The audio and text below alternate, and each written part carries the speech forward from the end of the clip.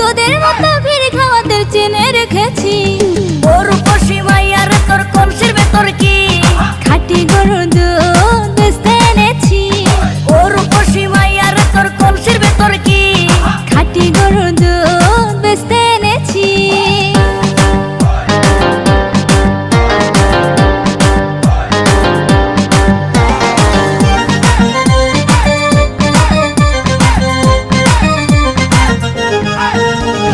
তোর দুধেতে আছে পানি, আমি কিন্তু সবই জানি।